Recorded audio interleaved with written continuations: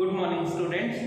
Today we are going to learn few important terminology of accounting. The first one is discount.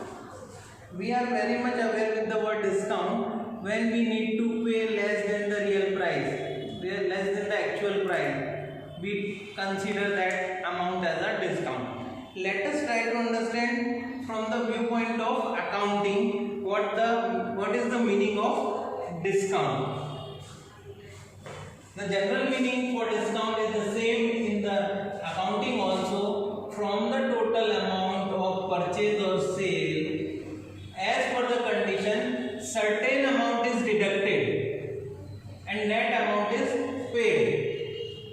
The amount which is deducted from the total amount is known as discount. Suppose we are buying something which is of the value rupees 20,000 and we are paying 19,000 for that.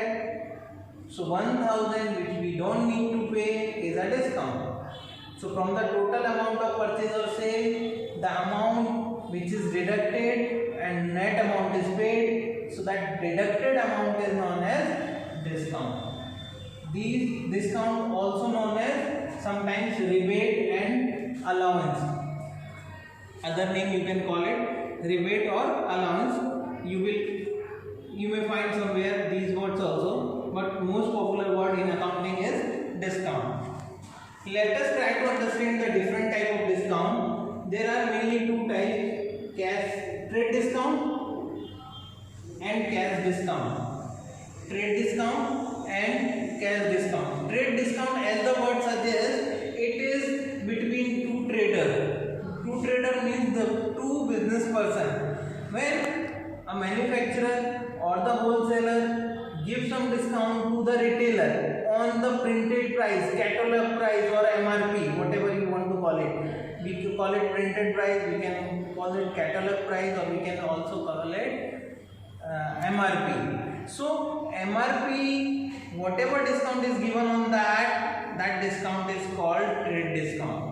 The intention of trade discount is that if the retailer is selling goods at MRP, he can earn some profit as he was given some discount on the MRP. Suppose something is having a market price MRP of rupees 100 and wholesaler who gives the MRP, wholesaler or actually manufacturer has given the MRP of rupees 100 to the product. That means that product can be sold at rupees 100 maximum.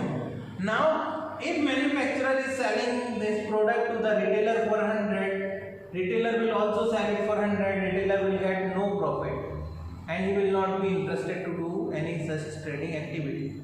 So what is here? Wholesaler or the manufacturer may be providing that product to him for rupees 80 or 85. So this difference is rupees 20 or maybe 15, 25, whatever difference is. This difference is called trade discount.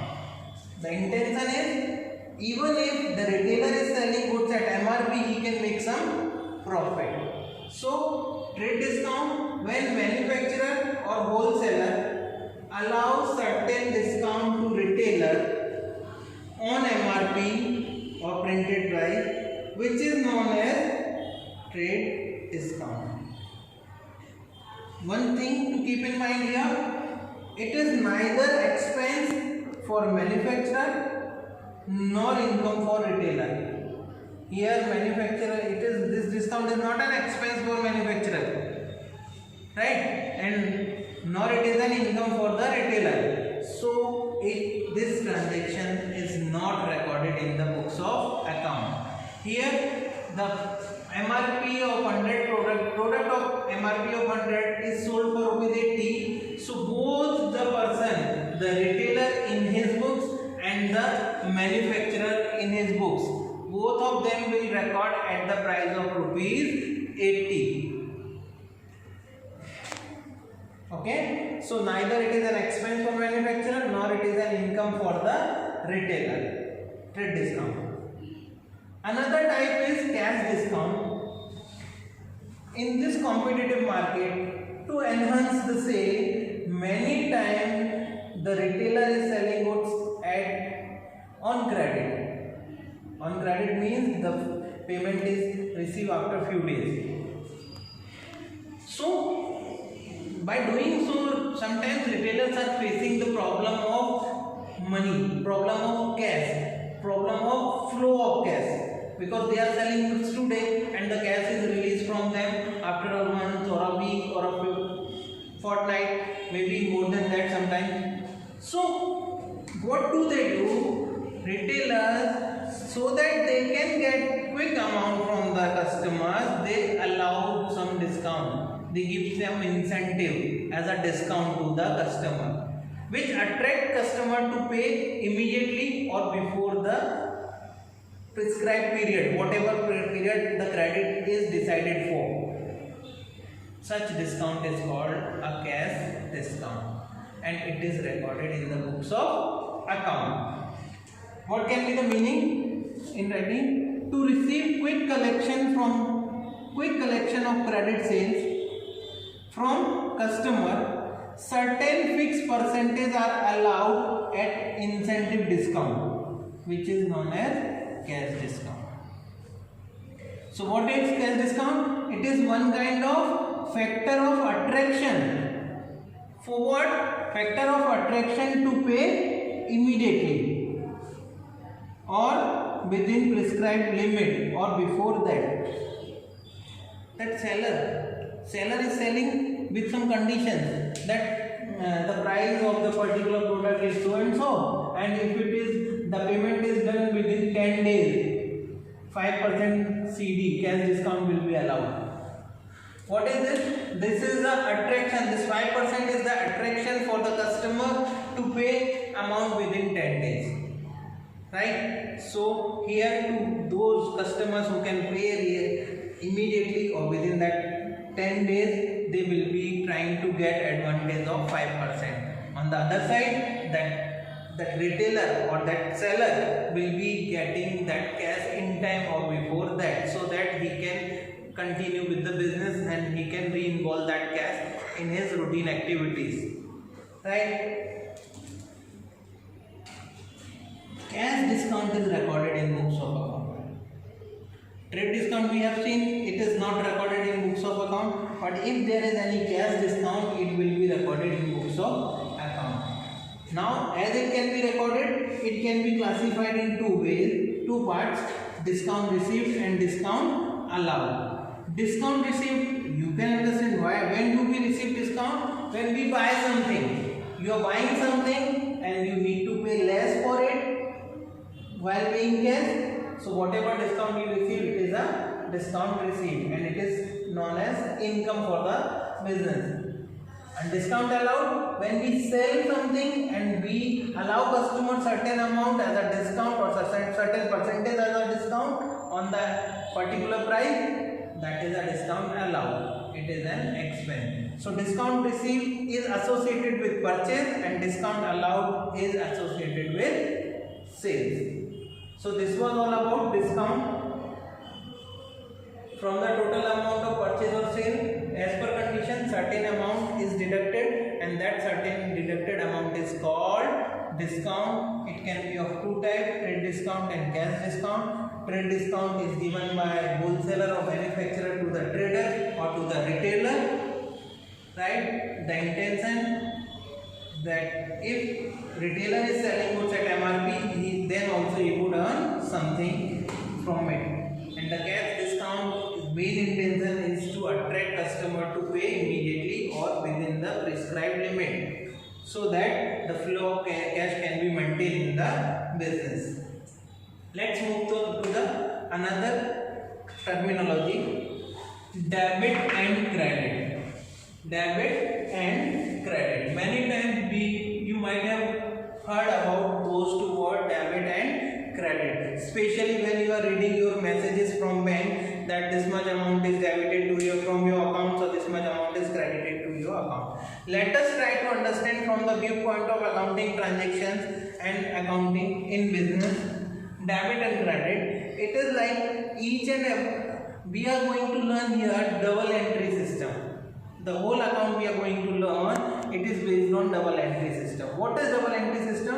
In double entry system, for each and every transaction, at least 2 effects are given. At least 2 effects are given, that means there may be more than 2 but not less than 2. So for each and every transaction there will be at least 2 effects, and because of these 2 effects at least 2 accounts are affected, and out of those 2 accounts one is debited and another is credited. So this is debit and credit in business. For each and every transaction one account is debited and one account is credited. Moreover, in account, when we learn account, we will most of the time we will find 2 sides of account, left side and right side. So left side of an account is known as debit side and right side of an account is known as credit side. So this is all about each and every business transaction has at least 2 effects. Because of these 2 effects, one account is debited and one is credited. And moreover, an account 2 sides are used. Left side is known as debit side and right side is known as credit side. And last terminology, account. In a business, with the particular person or item, we transact for number of times in a year. So the summary of all such transactions with that particular item or person is kept at one place, and that place is known as account. Right? Suppose there is a customer Mr. X whom we are selling goods on credit, maybe 50 times in a year. We are selling goods to Mr. X, who is our customer. We are selling goods on credit 50 times in the whole year. So it will give 100 transactions to us. 50 transactions when we are selling goods to him, and 50 times he will be paying money at least to us. So 100 transactions. Now those 100 transactions in different books of account we will write. But when we need to know the net position of that particular account, how much is to be received from that guy, all 50 or 100 transactions are kept at one place, and that place is known as account. That place may be for personal account, that is customer's account or someone, or creditor's account, maybe for income, maybe for expense, maybe for goods account. Which are goods account? Purchase account, sales account, purchase return account, sales return account, etc. Let us try to see the meaning. Transaction pertaining to respective item or person are recorded at one place. From that place, summary of transaction of that item or person can be obtained. Summary, total, overall transaction, that is called account. Account will be having 2 sides, left side and right side. Left side is known as debit side and right side is known as credit side. When we write something at the debit side of that account, it is known as that account is debited. And if we are writing something to the credit side of that account, it is known as that account is credited. So this is all about account. Today we have finished with all the possible terminology which are commonly used in accounting. So this was the last lecture for terminology of accounting. Hope you have understood all very well. If you did not, then please go through the textbook and again go through the video so that it can create a clear understanding of the topic. From next lecture we will take some other topics. Thank you.